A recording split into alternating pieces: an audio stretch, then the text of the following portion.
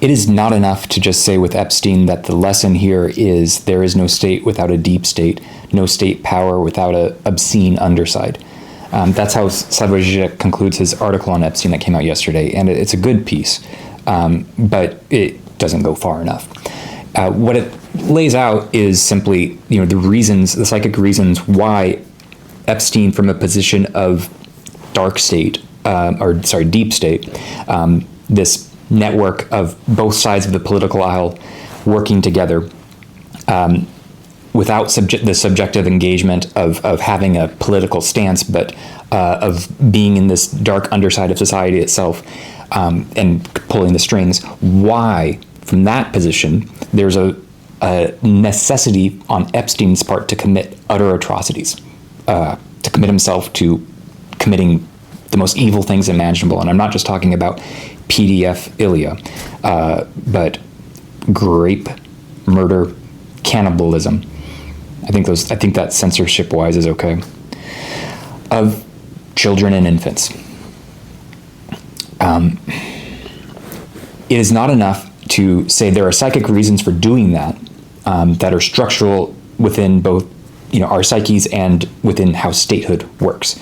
There is a clear behest from that position to do these evil things, but as is made clear by the German idealists, this draw of committing evil is, the fabric of our freedom. Freedom is the freedom to do evil, and it's only by seeing that through conceptually. We don't have to do evil things themselves. It's by seeing that through conceptually that you realize the paucity, the meaninglessness of actually doing the evil, and that's what commits us to good. That's what actually makes us take a stance in terms of duty and following that through. And so what's put at threat with that conclusion of the article, saying, no state without a deep state, is can there be a state that commits itself to good? Not perfect, just committed to good, ethical. And that's the work of Hegel. Hegel's philosophy of right is about conceptualizing the necessity for a state in terms of how it engages us as subjects, as human beings. Zizek's own work is the assertion of the need for an actual state body to confront the evils of our world, the crises of our era, to confront climate change, to confront the wars and G-side of our current time. If we're theorizing about post-capitalism and revolution, what social fabric is necessary to break us into a system that can confront these crises, that can put people into, this is another Zizekian point, put people into a state where they can live their lives in some degree of trust that the state is taking care of things for them, and they can go off and meditate or read philosophy or do whatever, which is what most people just want out of life. That's what the space that a proper working state body provides.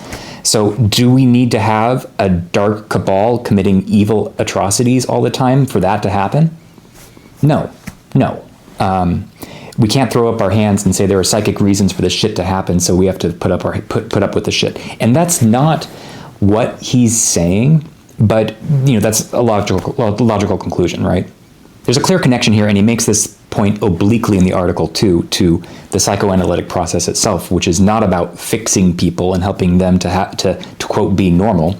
It's about seeing your fantasy through and coming to a stance towards your own, ways in which you twistedly view the world, and from there you change your own position towards it. So you don't, emerge without symptoms or fantasies, so to speak, but you have better relations towards them in which you're not under twisted thralls to these inner fantasies. But you can't psychoanalyze your way out of this problem and just talk about it until your point of view changes. Like, what point of view do you want to have about the evil of Jeffrey Epstein?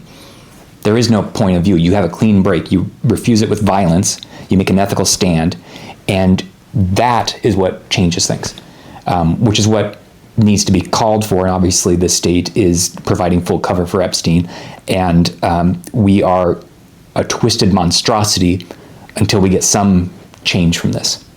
Just recently, we get a very clear idea of what our crisis is today and the stance we need to take against it, both in terms of society and statehood, or the laws of things, with a boy who was walking around filming himself with a sign saying he supports ICE. And another boy stops and says he's going to punch him for that.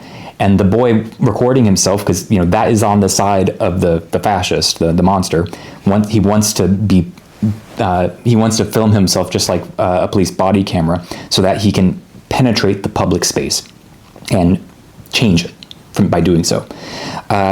He says that's against the rules, and the boy says okay, and he immediately punches him, and then very quickly gets talked to by teachers or whatnot. So here we get two conflicting sites of enjoyment. There is obscene enjoyment from the person walking around publicly endorsing ICE, publicly endorsing the brutalization of people in this country, including murder. And there's a different enjoyment going on for us as viewers watching this boy punch him. We are cheering him on just like we're cheering Indiana Jones punching Nazis. And the price that boy pays, I don't know, let's say it's a suspension. There's an underside of injunction to a properly working society that says, yes, we'll slap your wrist, but you did a good job. That is a situation in which violence is called for.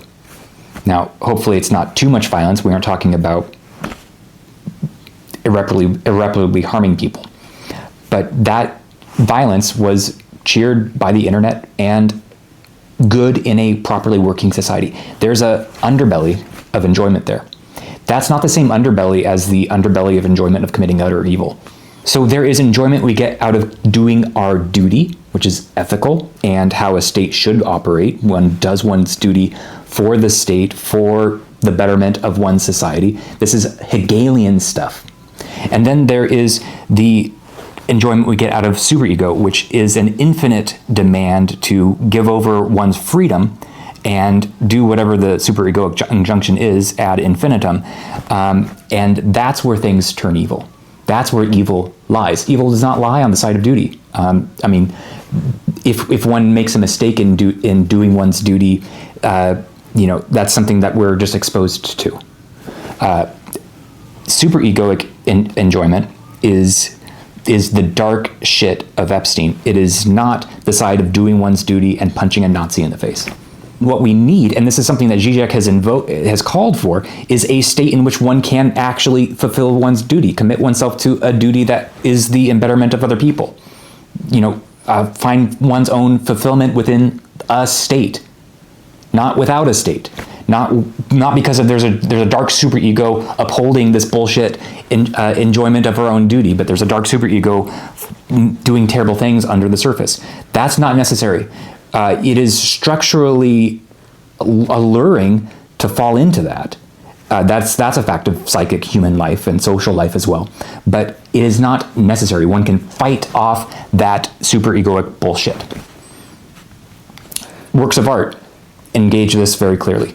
Show the thrall of giving ourselves over to superego and how one breaks out of it. And it's not easy. But it happens. It's fun. It's real. It's a real thing. So it doesn't mean that your superego goes away, but it's something that just gets quiet when one follows duty.